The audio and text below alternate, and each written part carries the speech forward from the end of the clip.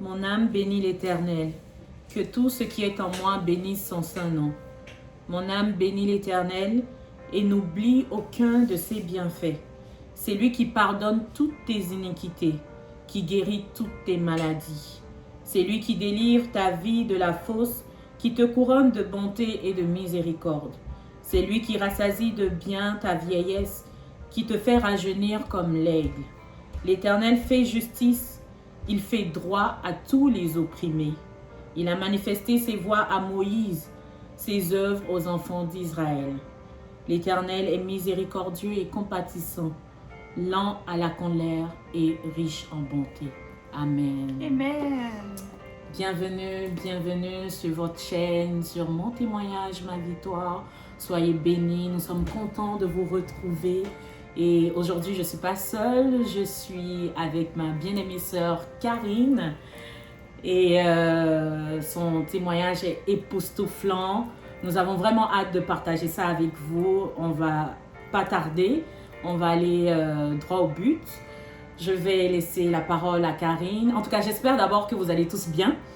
Et je vais laisser la parole à Karine qui va de prime abord se présenter et directement parler de ce que notre Seigneur a fait pour elle, comment il a été bon et merveilleux dans sa vie. Donc, Karine, bienvenue. Oui, merci. Je te laisse la parole, je te laisse te présenter à Oui. tous ceux qui te suivent. Alors, bonjour à tout le monde. Donc, moi, c'est Karine, hein, comme qu'elle m'a introduit, Gloria. Je suis très contente de pouvoir passer sur cette belle chaîne, Amen. cette chaîne de témoignages, hein, testimony, comme on le dit en anglais. C'est très encourageant. Je prie vraiment que le Seigneur puisse, par ce témoignage que je vais donner aujourd'hui, puisse toucher vraiment plus d'une personne au travers vraiment de ce témoignage-là. C'est vraiment un témoignage puissant, très édifiant, par lequel effectivement, j'aurais jamais pensé que j'aurais pu passer par là. J'ai accepté le Seigneur il y a maintenant, je suis dans ma 5e année, je dis ça comme ça parce que Jésus, je ne le connaissais pas. Hein. J'ai toujours grandi dans une famille chrétienne, donc une famille chrétienne catholique.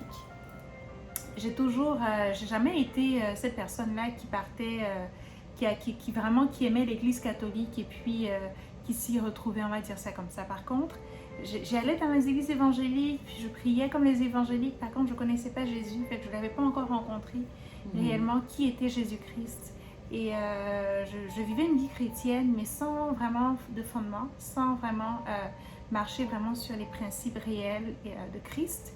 Donc, je peux dire que oui, effectivement, j'ai reçu Jésus dans ma vie, puis je l'ai rencontré en tant que Seigneur et Sauveur il y a vraiment 5 ans uniquement. Amen. Alors, c'est une fierté pour moi, ça a été l'un des plus grands jours de ma vie, je vous dirais. Et c'est depuis ce jour-là, en fait, que je peux dire qu'effectivement, je vis une vie chrétienne pleine d'assurance, pleine de vie. Alors, comment j'ai commencé ma vie chrétienne, je vais vous dire, j'ai tout de suite embarqué, hein, je parle en même temps. Oui, vas-y, écoute, la parole est à toi, c'est pleinement à toi, fait que vas-y. C'est ça, justement, j'explique en même temps, vous allez pouvoir me suivre, parce que moi, c'est comme ça, je parle en même temps de plusieurs affaires, mais je vais raconter en même temps mon témoignage. Amen. Alors, c'est ça, dans le fond, ce que je disais, c'est que j'ai commencé comme ça ma vie chrétienne, en ayant la ferme conviction que Dieu est tellement bon, oui, Dieu est tellement grand, mais c'est-à-dire une vie chrétienne, on peut la vivre avec des challenges, avec des défis. J'avais la parole comme quoi, effectivement, on est venu dans le monde, puis on n'est pas de ce monde-là, mais oui, effectivement, on aura des tribulations, mais il faut croire, comme que dit la parole de Dieu, que Christ est avec nous, que Christ marche avec nous, que sa parole est vivante, puis qu'il va nous accompagner dans nos défis, dans nos challenges au quotidien.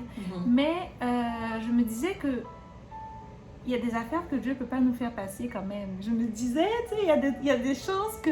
Je me disais, oui, il y a des degrés de souffrance que Dieu va m'épargner parce que simplement j'ai accepté de marcher avec Jésus.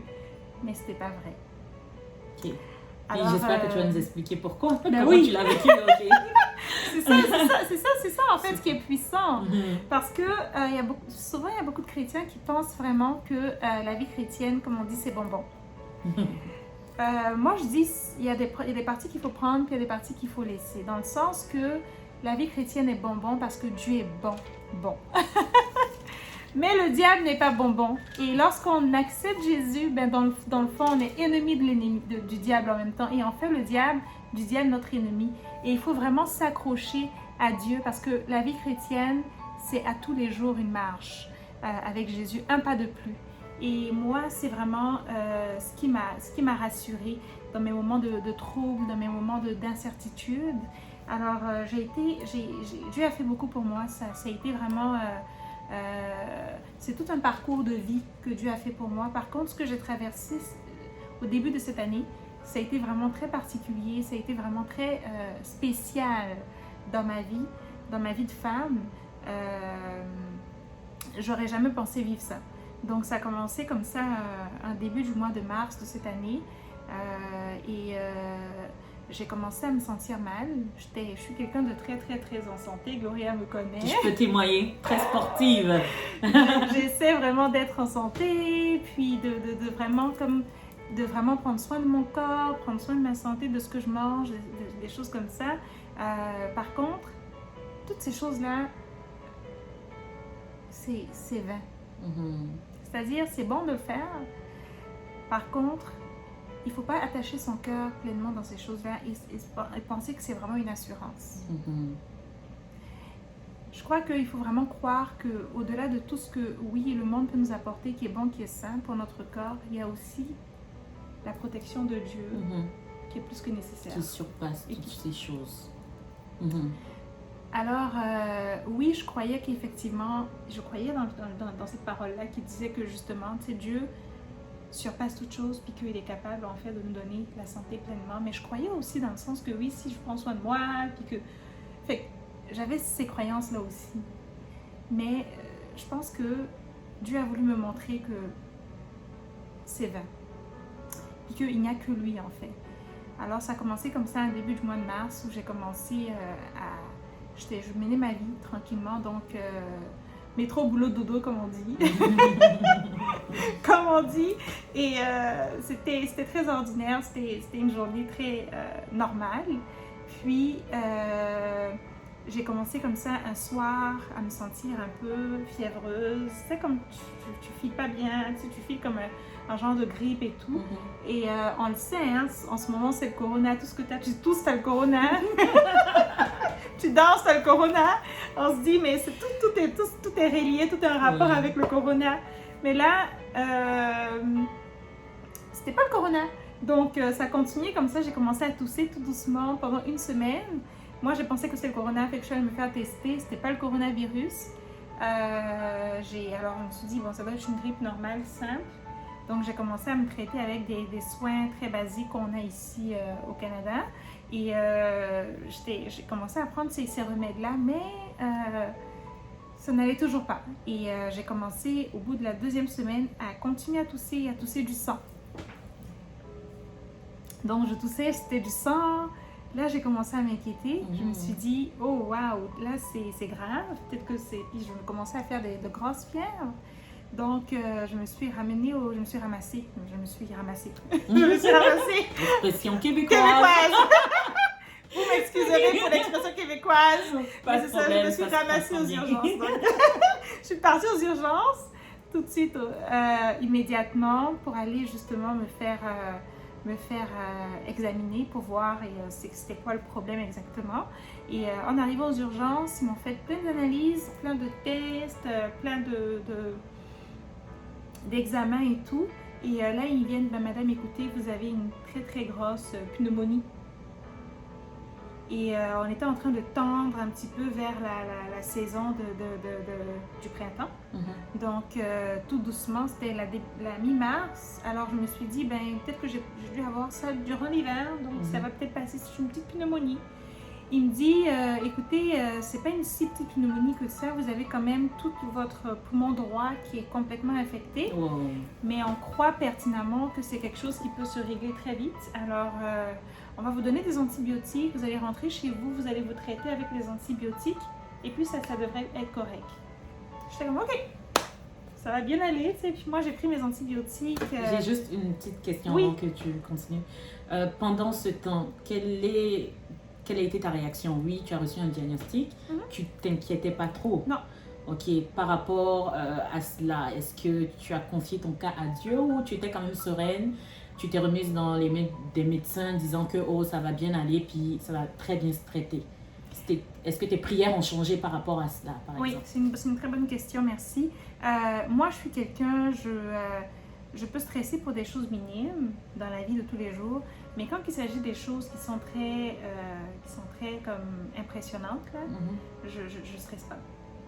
J'ai cette force intérieure en moi, puis je crois pertinemment que ça me vient de Dieu. Quand c'est vraiment des choses comme très très fortes, de fortes nouvelles, des choses vraiment que tu traverses et que tu es comme wow, là tu dois stresser. Moi, je ne stresse pas. Je me confie en l'Éternel et j'ai comme cette voix intérieure, cette conviction intérieure qui me parle. Et ça, je pense que c'est parce que j'ai accepté Jésus. C'est pour ça que c'est important. Moi, je pense la base de toute personne dans la vie d'un être humain, en fait, c'est vraiment d'accepter Jésus-Christ. C'est la base. Parce que c'est lui qui remplit, c'est lui qui donne la paix. Moi, je peux stresser dans des petites choses minimes. Oh, je suis en retard, je stresse.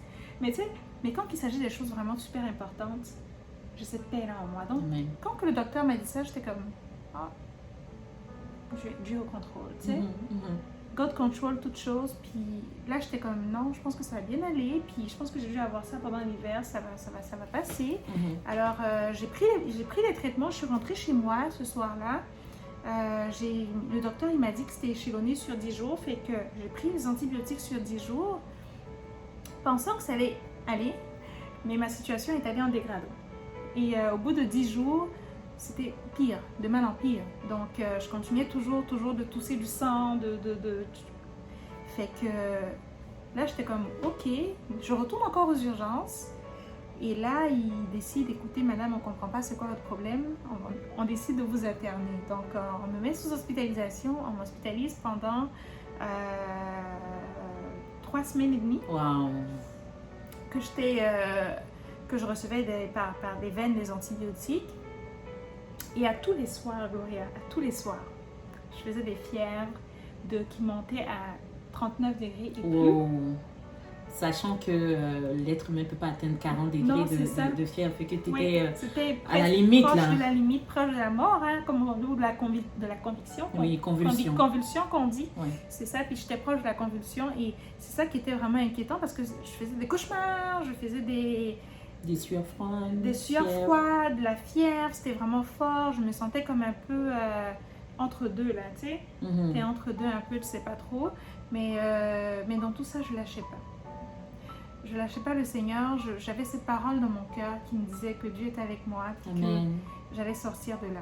Mais à tous les soirs, c'était la même chose. Tous les soirs, c'était la même chose. Je priais. Du début que je suis rentrée dans l'hôpital, j'ai pas arrêté de crier à Dieu. De dire, Seigneur, j'ai confiance en toi. Peu importe ce que je peux traverser. Et là, c'est le psaume 23 qui me revenait à chaque fois dans mon cœur. Même dans l'ombre de la vallée de la mort, je marche avec toi. Je ne crains aucun mal. Je ne crains aucun mal, car tu es avec moi. Amen. Et ta houlette et ton bâton, voilà ce qui me rassure, voilà mon réconfort. Alors, ça, c'était mon réconfort à moi. Et c'était ça ma force.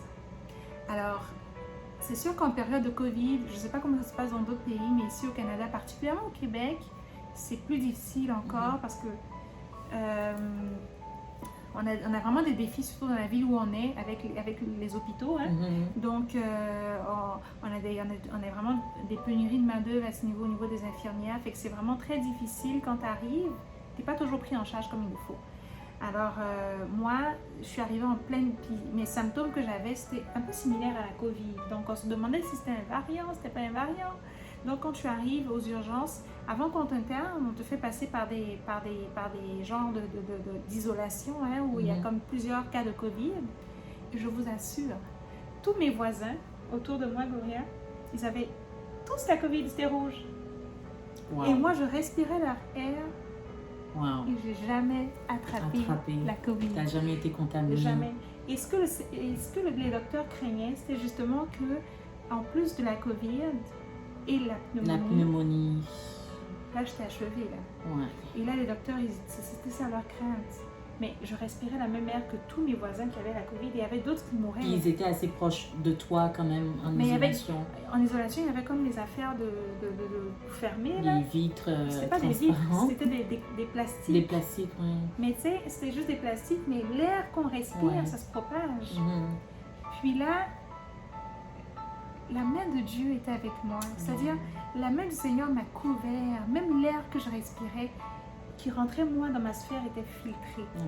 C'est-à-dire que, je vous assure, comme la présence de Dieu là, elle est palpable et réelle. Amen. Amen. Elle est palpable et réelle. Et c'est comme ça qu'au bout de 3 jours, après plusieurs tests de COVID, on me monte dans ma chambre et là, je continue les fièvres. Donc, sur 2 semaines, 2 semaines et demie, je continue les fièvres. Donc là, les docteurs sont inquiets. Ok, d'accord. Ce que je voulais savoir, est-ce qu'ils arrivaient à expliquer pourquoi tu faisais autant de fièvre malgré les traitements? Tu prenais quand même des antibiotiques qui sont quand même conseillés pour faire baisser la température. Mais est-ce qu'ils arrivaient à expliquer pourquoi tu faisais une si grosse fièvre? Non, ils n'arrivaient pas à expliquer. Ils comprenaient pas pourquoi est-ce que je faisais autant de fièvre, malgré, parce qu'on me donnait les antibiotiques les plus puissants. Donc là, à un moment donné, on se disait, mais écoute, les docteurs, ils venaient me voir dans ma chambre et ils me disaient, écoute, peut-être que c'est la tuberculose. La tuberculose, parce que je suis africaine d'origine, je viens de la Côte d'Ivoire et c'est sûr que nous, du côté de l'Afrique, on a vraiment ce défi-là au niveau de la tuberculose. Et les médecins craignent ça beaucoup ici. Et les médecins craignent ça beaucoup, surtout quand on est aux origines africaines. Alors, c'est sûr qu'ils ont pensé à ça, fait qu'ils m'ont mise en double isolation et vraiment, c'était difficile. L'air que je respirais était très sec, était très filtré. Puis il fallait que des tests, je les fasse sur 3 jours d'urine, de sel et tout ça pour aller vraiment chercher puis vérifier si c'était pas la tuberculose. Alors, c'est avéré que c'était pas ça. Je continuais toujours de faire des fièvres, les antibiotiques n'avaient aucun effet. Alors là, à ce moment-là, ils m'ont dit, ben écoute, on va te faire des examens. Donc, ils sont allés creuser plus en profondeur. On est allé chercher, on m'a fait une bronchoscopie. Donc, on met un tuyau, tu sais, comme jusqu'à dans mes poumons, on va couper mes poumons pour aller chercher le liquide à l'intérieur, tout ça pour examination. Et tous ces tests-là, la présence de Dieu, c'est-à-dire, ne me lâchait pas. Et on a fait tous ces tests-là, on n'a rien trouvé. Donc, c'est comme si... je pense que tu as oublié, si je me souviens bien, ils t'ont fait aussi une biopsie. Oui, mais ça, c'est après. Oh, après la... Oui. Ok. Ça, c'est après janvier. Ok. Donc, le premier test qu'on a fait, c'est vraiment la bronchoscopie et ça n'a rien donné.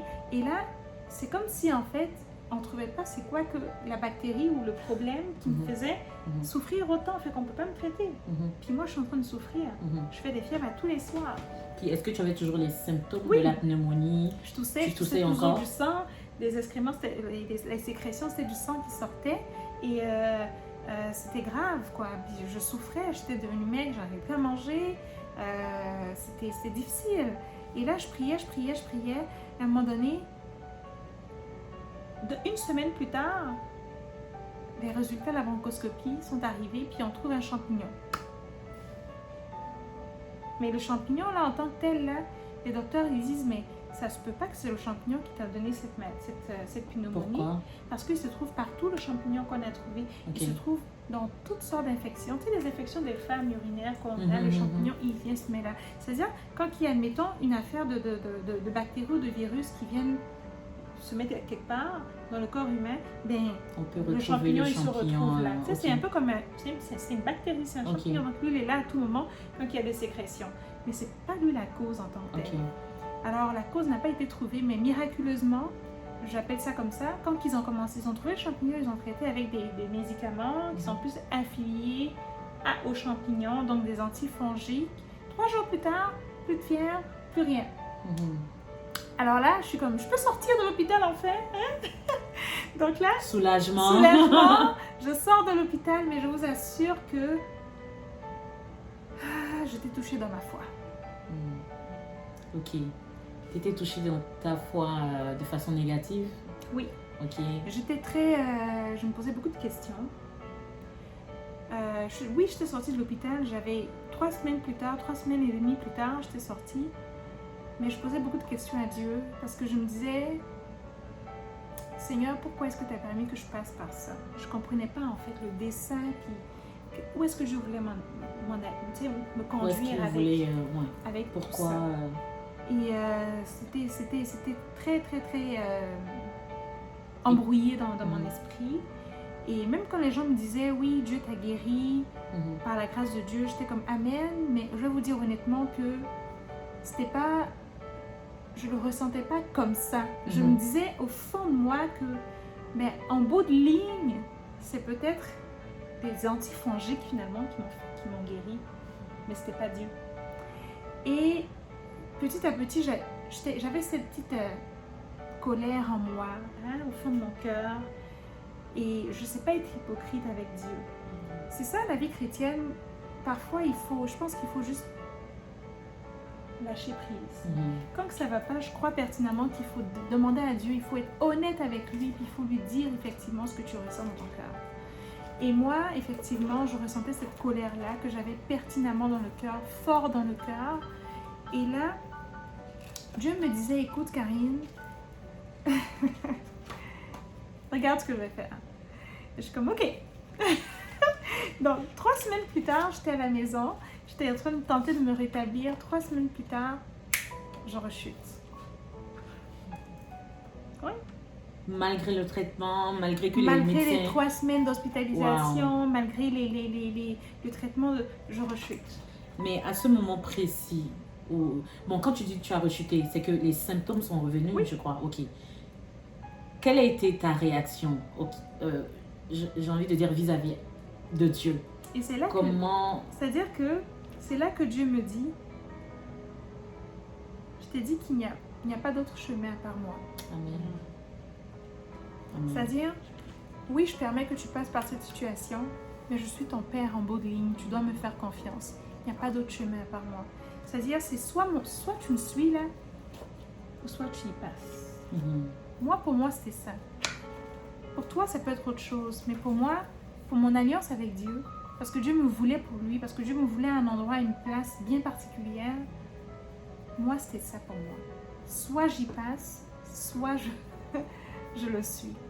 Alors, le Seigneur a voulu travailler quelque chose en moi qu'on appelle fortifier ma foi. Et 3 semaines plus tard, je rechute avec tous les symptômes encore plus graves. Alors là, je me ramasse aux urgences. Et là, on me refait encore les examens. Les docteurs me disent, Madame, on ne comprend plus rien. Là, vous avez touché le fond. Je suis comme, comment ça j'ai touché le fond? Votre pneumonie est plus grave que la première. Et c'est comme si vous n'avez jamais suivi aucun traitement. Mais qu'est-ce qui s'est passé? Parce que là, on regarde dans votre dossier, on se rend compte que oui, effectivement, vous avez un background, ça fait 3 semaines que vous êtes hospitalisé, puis vous avez reçu tous les traitements, vous êtes censé aller mieux. C'est quoi qui s'est passé? Et là, j'étais comme, ok, comme on est obligé de vous garder, on ne sait pas pour quand, ça va être peut-être indéterminé. Par contre, là, on ne peut rien faire pour l'instant, on va peut-être vous recommencer tout à zéro à lui.